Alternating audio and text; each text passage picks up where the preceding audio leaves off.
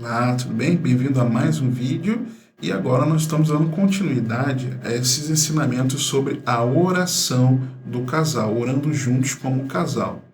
Estou aqui ao lado da minha esposa Rosana e dentro do que nós falamos no vídeo anterior, nós falamos sobre o contexto de que 1 Pedro 3, no versículo 7, nos ensina.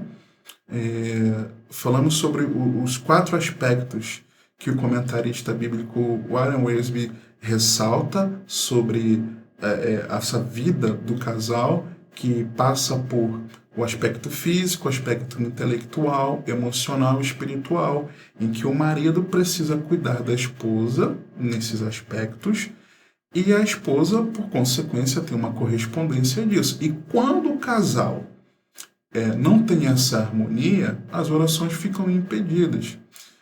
Então, como as orações do casal podem ser impedidas? É o tema desse vídeo agora, da continuidade. Como elas podem ser impedidas? Wayne Grudem, ele disse que Deus está tão preocupado com o fato de os maridos cristãos viverem de maneira compreensiva e amorosa com as esposas, que ele interrompe o seu relacionamento com eles quando não fazem. Tomar o tempo para desenvolver e manter um bom casamento é a vontade de Deus. Está servindo a Deus. É uma atividade espiritual agradável aos seus olhos. Gênesis, no capítulo 2, no versículo 15, Deus ele planta Adão no jardim para o cultivar, um ambiente onde ele viveria com Eva. E aí, talvez você saiba, talvez não, a palavra cultivar, ela tem a mesma raiz da palavra cultuar. Então, quando você está cultivando, você está cultuando. Quando você está cultivando o seu lar, você está cultuando a Deus também. Quando você está cultuando a Deus, significa que você está cultivando o seu relacionamento com Ele.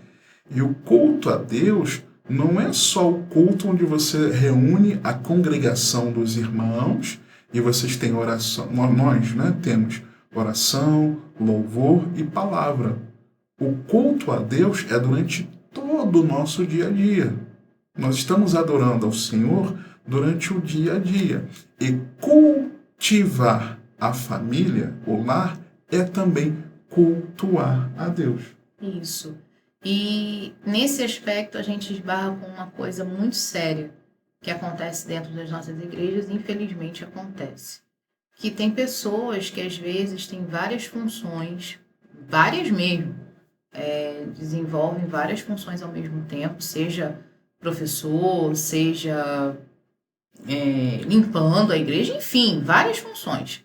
E acham muitas das vezes que estão agradando a Deus fazendo isso e largando as suas famílias, sem ter a comunhão no lar, a convivência no lar, sem estar com a vida, ela participando da vida comum, às vezes não tendo a intimidade do casal, mas acha que com todas as funções que tem dentro da igreja, ele já está adorando a Deus e já está fazendo a sua parte, e Deus está se agradando dele. E o que a Bíblia nos mostra é que nós precisamos o quê?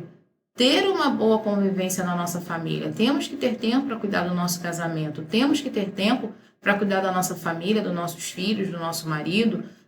No caso do marido, dos filhos, da esposa, nós temos que ter esse tempo. Claro que o tempo que nós vamos nos reunir com os nossos irmãos para adorar ao Senhor no culto, isso não pode... eu não vou porque eu vou cuidar da minha família.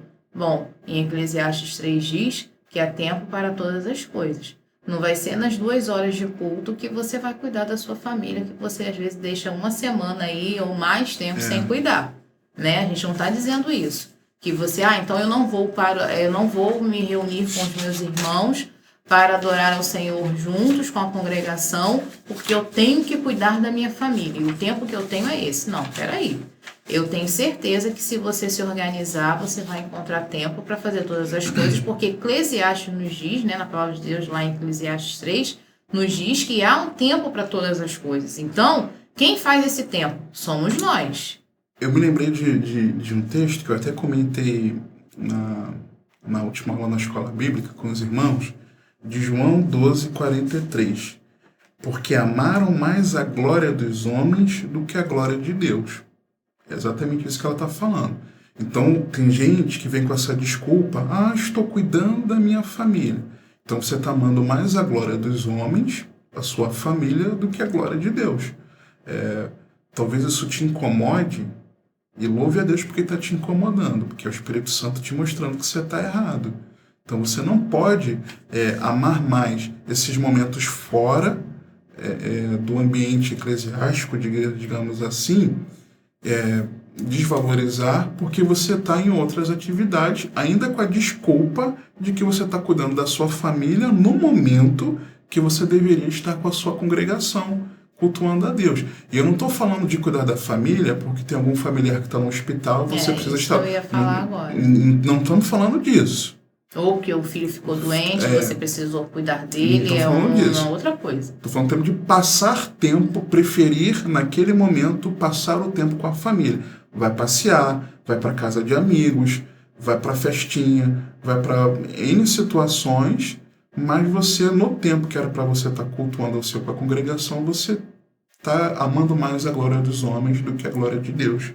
João 12:43. E a gente sabe que a gente está caminhando para o tempo do fim, né? A gente sabe que os dias são maus, são tantos sinais evidenciando a volta de Jesus que eu acho que nenhuma outra geração viu tantos sinais quanto a nossa geração sobre a volta de Jesus Cristo. Então, negligenciar, estar junto com a congregação é um erro. Por quê? Porque nós cremos que chegará um tempo que nós não conseguiremos mais fazer isso. Então, a gente não pode desperdiçar o tempo que temos para fazê-lo. Então, assim, não use isso como desculpa. Cuidar da família é importante, é primordial, mas existe um tempo para todas as coisas. Então, se organize para isso, amém? William Barclay também ele disse o seguinte: os suspiros da mulher maltratada se interpõem entre as orações do esposo e os ouvidos de Deus. Então, digamos, eu estou aqui orando ao Senhor. A minha esposa está aqui. Finge que você está suspirando de dor, mano. Não, suspirando de dor mesmo, que eu te bati, você tá triste. Não foi combinado não, tá? Suspirando de dor. Eu tô orando: Senhor Deus Todo-Poderoso, papai, louvado seja o teu nome. Aí você vai aumentando o seu lamento, que eu vou diminuindo minha voz.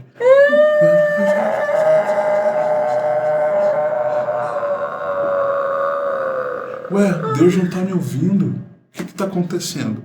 O suspiro dela, maltratada, está muito mais audível, está chegando aos ouvidos de Deus e a minha oração não está chegando.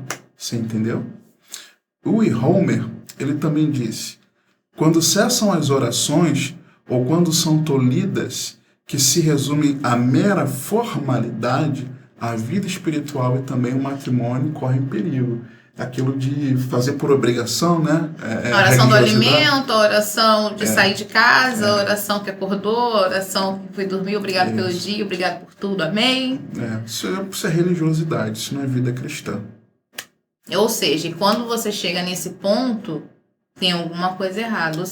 Vamos dizer assim, acende o alerta, né? A luz amarelinha acende, né? Do semáforo. Atenção, tem alguma coisa errada. A vida espiritual e o casamento estão correndo perigo, isso é fato. O Luciano Subirá também, né, um homem de Deus tão conhecido, ele também já falou uma vez que ao deixar de honrar a mulher como vaso mais frágil e maltratá-la, ainda que só verbalmente, não fisicamente, o marido está trazendo um sério problema sobre a vida espiritual do casal. E é notório que Deus não age num casamento em desarmonia e discordância. Isso é claro. O texto que nós lemos aqui, de 1 Pedro 3,7, deixa isso muito claro. Por isso, nós queremos salientar aqui agora, dentro de como as orações do casal são impedidas, nós queremos salientar 3 motivos que mostram isso. Por que a oração do casal é impedida? Nós vamos falar 3 motivos. O primeiro motivo é o pecado. Você entendeu que quando o marido maltrata a esposa, não cuida do físico, não é o físico de ficar bonitão não, tá? O abençoado. Não cuida do físico, não cuida não se preocupa com o intelectual, de compreender como é o universo feminino, não se preocupa com o emocional, ele é rude, é grosseiro, deixa de ser amável, carinhoso, gentil, romântico, e acha que ele é espiritual e a esposa não, só ele detém o conhecimento de Deus. O que está acontecendo? Ele está pecando. E por consequência, a mulher também está pecando. Por quê? Não por ele fazer isso. É porque a forma dela reagir, 99% das vezes, será guardando mágoa. E aí, quando nós estávamos meditando nesse texto para preparar essa ministração para os casais, para o encontro de casais, algo me inquietou muito, porque eu lendo esse texto, eu falei, não é possível que Pedro, quando escreveu isso, para que não sejam impedidas as vossas orações, do final do versículo 7 de 1 Pedro 3, que ele estava se referindo somente às orações do marido. Para mim, também é a oração do casal, não eram só as orações do marido. Ele não se referia apenas a isso, mas também do casal. E aí eu fui pesquisar em alguns comentaristas bíblicos, e realmente a interpretação de muitos deles é como essa que eu tive, lendo dessa vez, de que ele se referia ali também aos casais. John Wesley, por exemplo, comentando esse versículo 7, ele fala que suas orações não sejam prejudicadas de um lado, do marido, ou de outro, da esposa. Todo pecado impede a oração, particularmente raiva. Se o marido fez algo contra, a mulher fica com o quê? Com raiva. Qualquer coisa em que estamos com raiva nunca é mais capaz de entrar na nossa mente do que quando estamos em oração. E aqueles que não perdoam não encontrarão perdão de Deus. Então, você entendeu? Mais um comentarista, Adam Clarke, ele disse que tanto o homem como a mulher, sendo igualmente chamados para a glória eterna, e como a oração é um grande meio de obter um encontro para ela, é necessário que eles devem conviver de tal maneira que evitem todas as disputas familiares, que não sejam impedidas por disputas ou mal-entendidos de se unirem diariamente neste dever tão importante de oração familiar e social. Como assim disputa? Porque olha só, se o marido faz alguma coisa contra a esposa ficou com raiva, ficou magoada. O que muitas vezes uma pessoa magoada quer fazer em relação àquele que o feriu e o agrediu? Quer retribuir. Ah, é? Então ele vai me pagar. Muitas vezes acontece isso. Então, por conta disso, ambos estariam em pecado, ok? E uma ressalva também, olha o finalzinho que ele diz, de se unirem diariamente neste dever tão importante. Casais, nós precisamos ser unidos todos os dias. Claro e evidente que é uma utopia dizer que a gente nunca vai brigar. É uma utopia dizer que nós nunca nos desentendemos. Claro que acontece desentendimento. Ele tem uma opinião e ele é muito forte nas opiniões dele, diga-se de passagem, e eu tenho a minha opinião, né? E claro que a gente precisa chegar num consenso, precisa chegar num acordo daquilo que deve ser feito. Agora você imagina se a nossa casa todos os dias viver num pé de guerra. Vou dar um exemplo bobo, mas vamos lá. Ele quer comer macarrão todos os dias e eu quero fazer legumes e verduras todos os dias, porque é mais saudável. Isso é meio que quase 100% isso mesmo. Então você imagina a gente ficar nessa briga todos os dias na hora da refeição. Puxa, mas eu queria comer massa. Não, mas eu fiz jiló, eu fiz cenoura. Gente, vamos nos unir e vamos ter harmonia. Ok, ele ama massa, então por que não fazer massa uma vez na semana ou 2 vezes na semana e nas outras 3 vezes na semana vamos comer legumes e verduras? Não precisa ter briga. Vamos. Peraí, ela contou 5 dias, então final de semana é o dia do lixo. Então, é um exemplo assim, muito bobo, muito do dia a dia, mas que às vezes cria disputa e briga. Quantas vezes eu dentro de casa fazendo legumes e verduras e o meu marido, né, meu digníssimo lindo aqui, comendo salgadinho na rua antes de chegar em casa para jantar. E aí, depois de eu ficar, né, chegando do trabalho, cansada, não, vou fazer uma comidinha ótima, saborosa, leve. Não vou jantar. Fiz um lanche na rua. E aí você começa a investigar. Quer dizer, você não tá com fome? Não quero jantar, não. Eu não querendo dizer que eu tinha me alimentado fora de casa. Mas... E com o que ele tinha se alimentado? Que era o pior. Né? Então, não, tô ótimo, tô bem, não, vamos sair tarde e tal. Eu falei assim, bom, já que eu conheço, comeu salgado, comeu alguma coisa que não deveria ter comido. E de tanto eu perguntar, saí. Não, comi os 2 salgados na rua antes de vir embora, com suco e tal. Então, assim, de um exemplo tão simples e tão bobo, a gente tira para outros exemplos mais sérios. Então, a gente precisa ser unido diariamente. E se há algo que você não concorde, ou você como esposo não concorda, você como esposa não concorda, vocês precisam sentar, resolver, né, e se unir. Tem que ser, as decisões precisam ser unidas. A família precisa andar unida. Então, e isso é um exercício diário.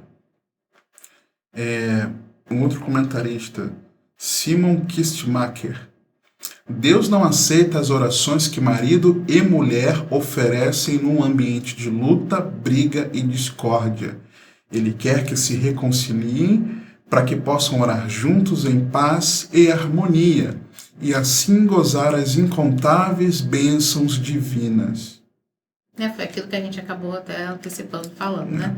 A gente precisa estar sempre o quê? Em harmonia, se reconciliando sempre para andarmos em harmonia, para que as nossas orações possam também ser o quê? Orar juntos em paz e harmonia, para que a gente possa gozar das incontáveis bênçãos do Senhor. Mais um comentarista, Matthew Henry. Todos os casados devem se empenhar em se comportar de forma tão amável e pacífica um com o outro, que não atrapalhem com suas brigas as suas orações. Então,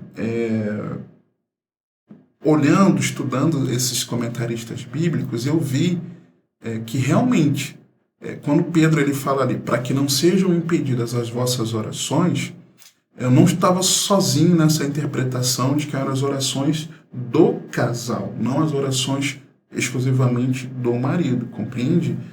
E aí, o que acontece em relação ao marido, minha esposa?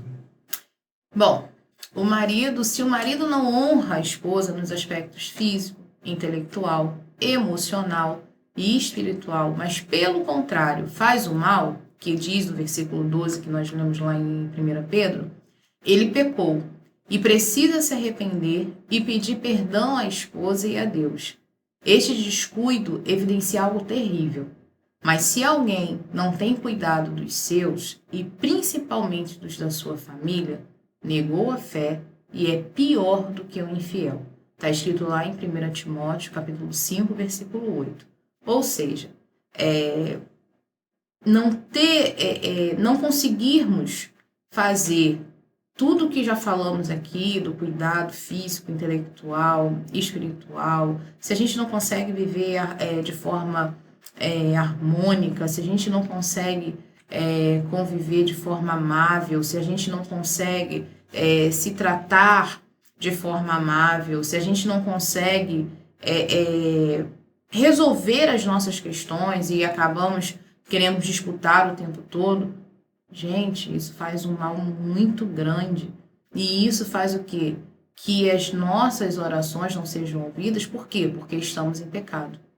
Então, o que a gente precisa fazer? Se arrepender e pedir perdão. Mas não só marido pedir perdão à esposa, você precisa também pedir perdão a Deus. Então, assim, entenda, a gente aqui, nós dois não somos perfeitos, mas nós entendemos que há um caminho de arrependimento. E esse caminho de arrependimento é quem? Jesus Cristo.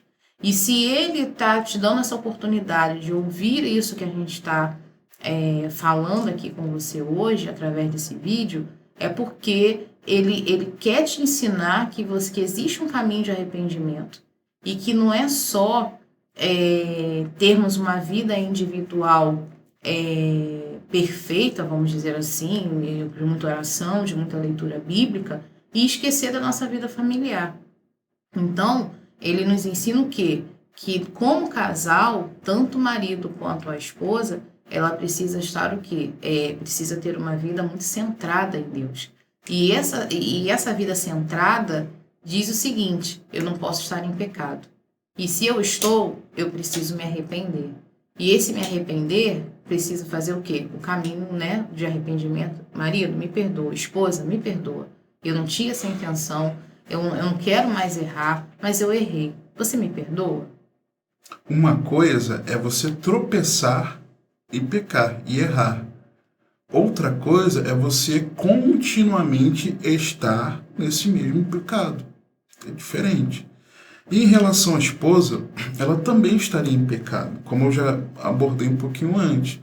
Se a esposa guarda mágoa, porque o marido feriu, ela guarda mágoa. Muitas vezes vai guardar mágoa, rancor, raiva ou amargura no coração. Ela está em pecado, você entende? Ela está em pecado. Ela precisa liberar perdão para o marido e pedir perdão a Deus. Por que pedir perdão a Deus? Porque guardar mágoa é pecado, porque guardar rancor é pecado. E outra, se ela pagar o mal com o mal, ela também vai estar em pecado. O versículo 9 que nós lemos de 1 Pedro 3 é um dos tantos textos na palavra de Deus que nos mostra que não devemos pagar o mal com o mal. Então, se ela resolve se vingar do marido, ela está pagando o mal com o mal, ok? Ela não pode fazer isso. Também é um pecado. O primeiro pecado de guardar mágoa. O segundo, por pagar o mal com o mal. Não deveria fazer isso. Ou mesmo que apenas ela deseje o mal como retribuição, também precisa pedir perdão ao marido. Porque se ela... não, eu não fiz nada de mal, mas ela deseja no coração dela fazer mal... Vamos ser práticos nisso? Por exemplo,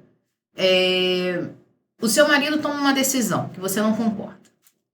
E aí vocês sentam, vocês discutem, eu acho melhor, vamos botar mais prático ainda. Vamos fazer uma reforma na cozinha da nossa casa. E aí o seu marido chega e fala assim: eu quero fazer desse jeito. Vou trocar pia, vou trocar piso, vou trocar revestimento, vou trocar isso e vou trocar aquilo. E isso tem um custo, né? Óbvio, tem um custo. E esse custo, vamos dizer que gera em torno de 10 mil reais para fazer toda essa reforma. Uau! E aí você chega e fala assim: olha, meu esposo, eu acho que não está na hora de fazer essa reforma, porque é um valor muito alto. A gente poderia trocar a pia porque a pia está quebrada. A gente poderia trocar o piso porque o piso está quebrado. Mas vamos deixar esse revestimento, ele é tão bonito. E com isso a gente consegue reduzir aí a obra para 5 mil reais. Não, mas eu quero trocar isso porque eu quero trocar aquilo. Enfim. E aí... Você quer fazer a obra dos 10 mil reais? Então faça. Vamos ver se vai dar certo isso mesmo. E a gente sabe como é que é a obra, não sabe? Aí você começa assim: quero ver. Tomara que ele se estrepe. Desculpa a expressão. Tomara que ele quebre a cara. Cuidado. Você vai quebrar a cara junto com ele. Para começar. E aí, a obra, em vez de sair 10 mil, a gente sabe quando começa uma obra dentro de casa como funciona. A gente começa com um orçamento estimado em 10. E aí o pedreiro fala uma outra coisa e fala outra coisa. Daqui a pouco vira 11, vira 12, vira 13, vira 14, 15 mil reais uma obra que era estimada em 10. E aí? Verdade. Você já desejou o mal. E isso é pecado. Eu quero que ele quebre a cara. Ou mudanças de emprego, ele recebe uma proposta, ele está nesse emprego há muitos anos, e aí ele recebe uma nova proposta, você sente que não é a hora dele aceitar aquela proposta e fala para ele, olha, eu acho melhor você ficar onde você está. Não, mas eu vou porque eu vou ganhar o dobro, que tal, não sei o que. Ah, tá bom, vai lá, vai lá. Vai mesmo, vai. A nossa tua fé. E aí, o que acontece? Ele fica sem o antigo e sem o novo. Então, assim, irmã, meninas, vamos dizer assim, não deseje o mal pro seu marido. Por mais que ele não concorde com a sua opinião, por mais que ele tome uma decisão que você veja que vai ser ruim, não retribua o mal. Você coloque nas mãos do Senhor. Senhor, a minha parte eu fiz. Eu disse para ele que não era para fazer, por isso.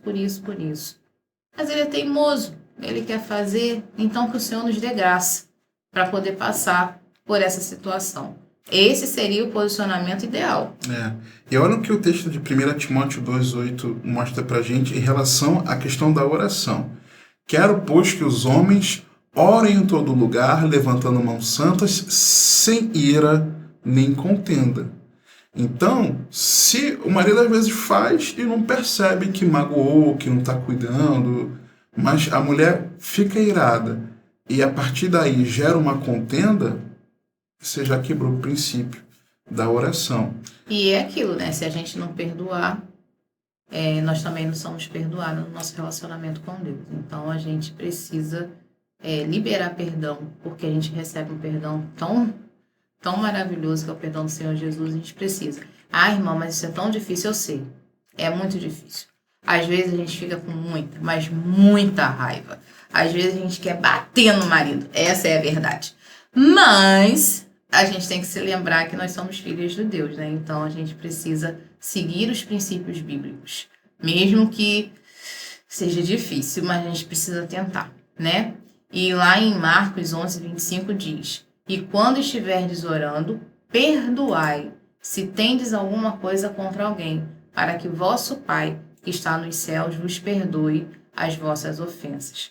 E aí a gente lembra algo que às vezes, seja o pastor que esteja ministrando, ou o evangelista, enfim, o irmão que estiver lá ministrando a palavra, às vezes o Senhor usa aquele irmão e fala, olha, você precisa liberar perdão. Quando você chegar em casa, pegue no telefone, ligue para essa pessoa que você não perdoa há muito tempo e tal.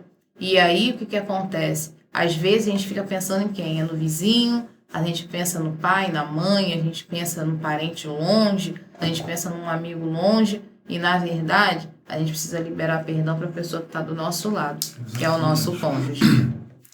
Então, dentro disso, de como é que as orações são impedidas, primeiro, o pecado ficou evidenciado para você, certo? Segundo, porque é um princípio violado. Então, a premissa de unidade do marido e da esposa, ela foi quebrada, principalmente nessa questão da oração, pois eles deixam de andar em concordância e começam a nutrir propósitos diferentes dentro de si. Eu quero uma coisa, ela quer outra, deixou de ter unidade, está em discordância, ok? Então torna menos provável que Deus responda favoravelmente àquela oração do casal. Olha o que Mateus 18, 19 e 20 nos diz. Também vos digo que, se 2 de vós concordarem na terra acerca de qualquer coisa que pedirem, isto lhe será feito por meu Pai que está nos céus. Porque onde estiverem 2 ou 3 reunidos em meu nome, aí estou eu no meio deles. Quem disse isso? Jesus Cristo. Então, se 2 de vós concordarem acerca de qualquer coisa que pedirem, então se 2 concordarem, somos 2, estamos discordando um do outro, esse princípio foi quebrado. Deus não vai ouvir a oração do casal. Compreende? E entenda, Deus é um Deus de princípios. Por isso que ele deixou escrito revelado na palavra dele. E em último, na vida prática, um último aspecto, um último motivo porque a oração do casal vai ser impedida. Primeiro, por conta do pecado. Segundo, porque quebrou um princípio. E em terceiro, porque na prática, irmãos, se o relacionamento está quebrado ou avariado, eu vou querer orar com a Rosana? Claro que não. A Rosana vai querer orar comigo? Claro que não. Não vai querer não vai querer fazer a intimidade do casal, o sexo. Não vai querer. Não vai querer estar junto para um jantar, para um passeio, para assistir um filme cristão, uma pregação. Vai se reunir para orar? Não vai. Então, esses 3 motivos, a questão prática, porque não vão se juntar, porque estão brigando, não vão se juntar. E se juntar também, vai ser mais ou menos assim. Começa a orar, por favor. A gente também não combinou, não. Senhor, em nome de Jesus. Senhor, que tanta falsidade. Ah, papai, como eu te amo. Que tanta hipocrisia. Obrigado pela nossa família, Senhor. Que é isso? Acabou de brigar comigo. Te louvamos, Senhor. Tá entendendo? Não tem lógica. Enquanto um vai tentar adorar a Deus, o outro vai estar... Como assim? Como que tá diante de Deus com esse coração tão sujo, como a gente diz pra nossa filha, né? Um coração tão sujo, tão fedido. Então, a vida é prática, porque havendo essa discordância, o princípio foi quebrado e porque estarão em pecado. Então, desses 3 motivos, nós queremos ressaltar para você de como as orações de um casal podem ser impedidas. E no próximo vídeo, nós vamos só falar sobre o que fazer, então, já que as orações estão sendo impedidas, o que nós devemos fazer. Até o próximo vídeo. Deus te abençoe. Até.